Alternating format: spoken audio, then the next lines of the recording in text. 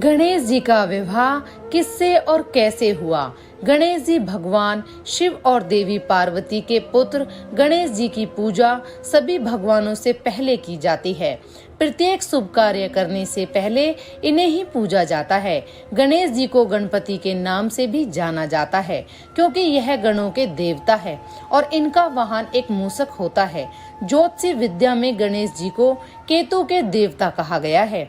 गणेश जी के शरीर की रचना माता पार्वती द्वारा की गई थी। उस समय उनका मुख सामान्य था, बिल्कुल वैसा जैसा किसी मनुष्य का होता है। एक समय की बात है, माता पार्वती ने गणेश को आदेश दिया कि उन्हें घर की पहरेदारी करनी होगी क्योंकि माता पार्वती स्नान घर जा रही थी। गणेश जी को आदेश मिला कि जब तक पार्वती माता स्नान कर रही हैं, घर के अंदर कोई न आए। तभी दरवाजे पर भगवान शंकर आए और गणेश ने उन्हें अपने ही घर में प्रवेश करने से मना कर दिया, जिसके कारण शिव जी ने गणेश का सर धड़ से अलग कर दिया। गणेश को ऐसे देख माता पार्वती दुखी हो गई। तब शिव ने पार्वती के दुख को दूर करने के लिए गणेश को जीवित कर उनके धड़ पर हाथी का सर लगा दिया और उन्हें प्रथम पूज्य का वरदान दिया। गणेश जी का विवाह किस कारण नहीं हो पा रहा था?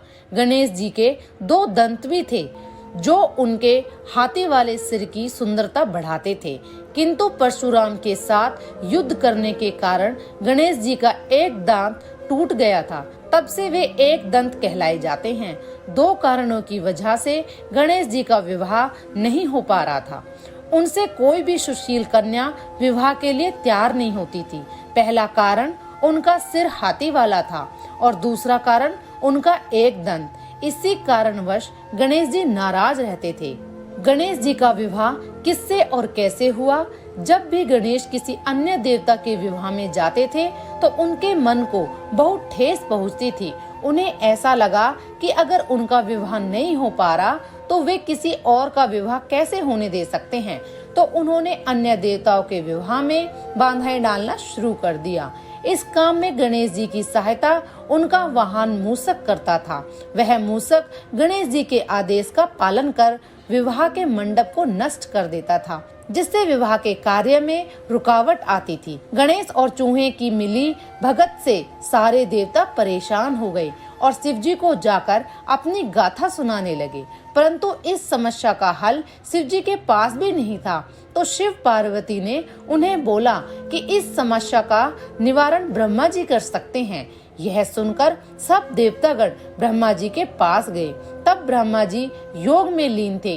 कुछ देर बाद देवताओं के समाधान के लिए योग से 2 कन्याएं ऋषि और सिद्धि प्रकट हुईं। दोनों ब्रह्मा जी की मानस पुत्री थी। दोनों पुत्रियों को लेकर ब्रह्मा जी गणेश जी के पास पहुँचे और बोले कि आपको इन्हें शिक्षा देनी है। गणेश जी शिक्षा देने के लिए तैयार हो गए।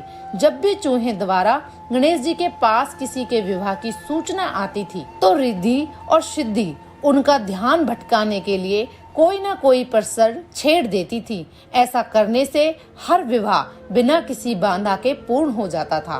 परंतु एक दिन गणेश जी को सारी बात समझ में आई जब चूहे ने उन्हें देवताओं के विवाह बिना किसी रुकावट के संपूर्ण होने के बारे में बताया।